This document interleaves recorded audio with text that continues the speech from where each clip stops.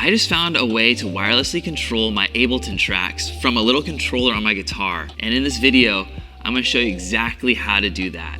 When I'm leading worship on Sundays, I'm constantly looking for ways to make our Ableton sessions feel simple, but still dynamic. But if you've ever actually tried to control Ableton during a worship practice or a worship service, then you know it can get kind of clunky. You're either stuck at your computer or tangled up in a bunch of gear or cables. But the good news is, I recently found a super simple and super tiny wireless MIDI controller that anyone on the team can use, even the worship leader. There's no cables, there's no mess, just a smooth, easy control wherever you are in the room. So in this video, I want to show you what the controller is that I use, how I use the controller in Ableton, and then I'm going to give you a couple of tips for how to use this on a Sunday with your band.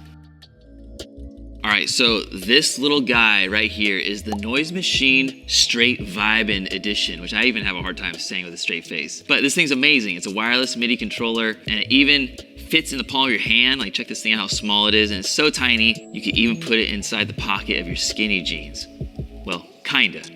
So it connects over Bluetooth, is super responsive, and the best part is that you don't need any crazy setup or drivers to get started. And there's some great videos on YouTube showing you how to actually connect this to your Mac or PC, so I won't go into that here because they explain it way better there. But definitely check out those videos if you're serious about buying this MIDI controller. So you can map it to basically anything in Ableton, scenes, tracks, effects, whatever you want. But for me as a worship leader, I'm just using this to start songs, stop songs, turn off and on the metronome, and to solo some pad channels. So let me show you how I do that in Ableton. So here's my Sunday set list in Ableton, and today I'm only talking about Ableton, okay? I've never used this MIDI controller with playback, but I'm almost 100% certain that you can use it with playback. I've just never done it because I don't use playback. Okay, back to Ableton. I've got 5 songs queued up, each with a session marker. Now I just want to map the Noise Machine to trigger each marker and the play button. So I'll click MIDI, tap on a marker, and then tap a button on the controller to map that MIDI to the marker. So for song 1, I'm mapping it to the first button on the middle row of the Noise Machine. And you'll know it's mapped because a little number pops up next to the marker. Then I'll just repeat that process, 1 button for each song. And then finally, I'll map the play, stop, metronome, and pads to the top row. And once you're done, just click MIDI again and you're ready to go.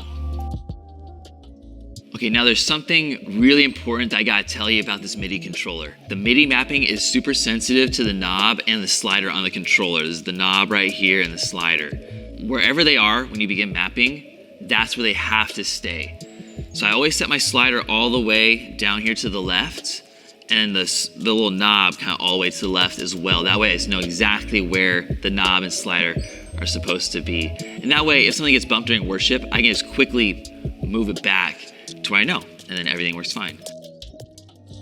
Now let's talk about the most flexible aspect of this controller, and that is, where do you want to put this tiny controller on your stage? Do you want to give it to the worship leader, a drummer, a singer? I've done lots of things so far. I've taped it to my mic stand, I've used it on a music stand, and recently I've started just putting a piece of double tape on the back and just sticking it straight to my guitar. A little piece of gaff tape won't hurt nobody. That way, when I'm leading worship, I get to the next song, I just press the next button, press play, I get right back to worshiping.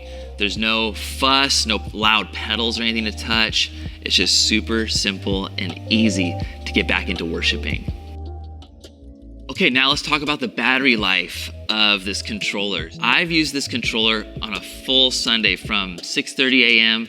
till about 12:30, 1 p.m., and it lasts all day. The biggest thing is that you just want to charge it completely during the week. So the Noise Machine comes with a little USB cable that you can just plug into the wall, and it charges, it takes like maybe like an hour or 2 to charge, but once it's charged, it stays charged for a long time. It'll definitely get you through at least 6, 7, 8 hours of play on a Sunday. So if you're like me and you want to spend more time leading worship and less time just babysitting your laptop with Ableton, then something like the Noise Machine Straight Vibin' might be just what you're looking for to make your process of leading worship with Ableton way smoother. So if you're interested in this controller, I'll link everything that you need to know about it below.